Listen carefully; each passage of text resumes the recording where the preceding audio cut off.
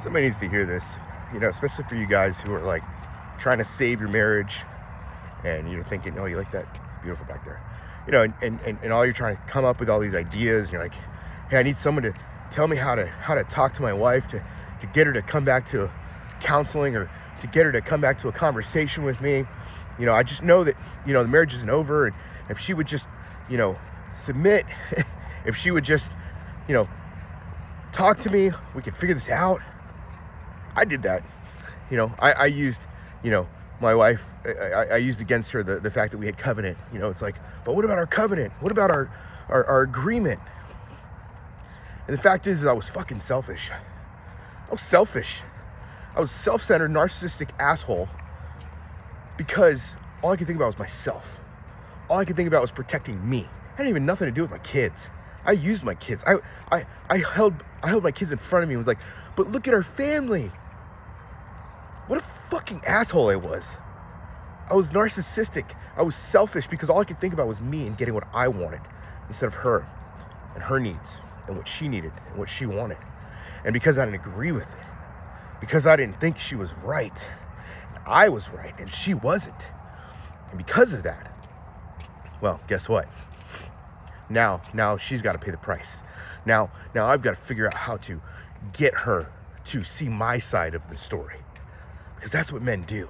That's what men do when they're acting like little fucking boys.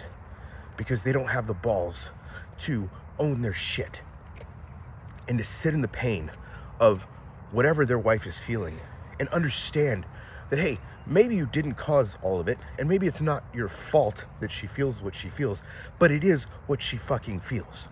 And if it's what she feels, maybe it's not your job to change her mind or to change how she feels and responds and has emotions towards it. Why?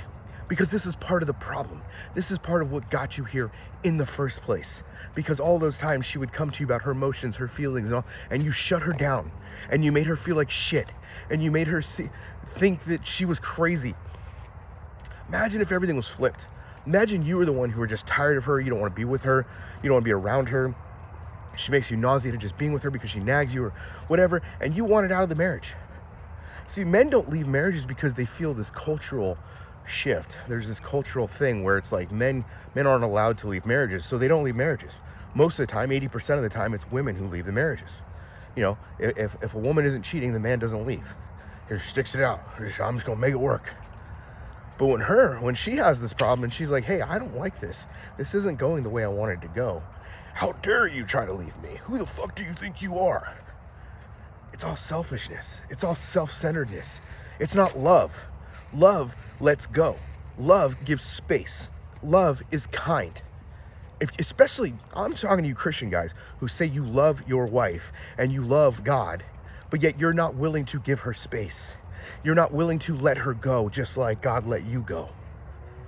Y'all are a bunch of fucking hypocrites. It is what it is.